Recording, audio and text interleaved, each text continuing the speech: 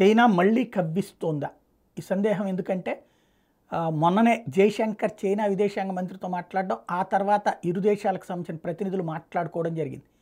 అది జయశంకర్ ఆగిపోయిన చర్చలు పునరుద్ధరణకేమో అనుకున్నాం, కానీ చైనాకు సంబంధించిన ఏదో సమాచారం తెలిసినే అన్నటువంటి ఇప్పుడు అర్థమవుతోంది. ఏంటంటే తాజాగా అంతర్జాతీయ మీడియా ఐడెంటిఫై చేసింది, 1,00,000 మందికి పైగా సైనికులతో భారీ ఆయుధ సంపత్తో భారత సరిహద్దుల వైపుకు చైనీస్ పీపుల్ లిబరేషన్ ఆర్మీ వస్తోంది అన్నటువంటి. గతంలో లాస్ట్ ఎలక్షన్స్ అప్పుడు కూడా ఇట్లాగే చేసింది, ఉత్తరప్రదేశ్ ఎలక్షన్స్ అప్పుడు కూడా ఇట్లాగే చేసింది. అంటే భారతదేశం మీద దాడి చేయడం ఎలక్షన్స్ టైంలో చేస్తే దెబ్బ కొట్టి తద్వారా నరేంద్ర మోడీని గద్దెదించాలి అన్నటువంటి కుట్రలు గతంలో కూడా చేసింది. ఇప్పుడు మళ్ళీ అట్లాంటి ప్రయత్నం చేస్తుందా, యుద్ధానికి దిగుతుందా, లేకపోతే మళ్ళీ ఏదన్నా కొంత భూభాగాన్ని ఆక్రమించుకోవడానికి నాటకం ఆడుతోందా, ఇది సందేహం.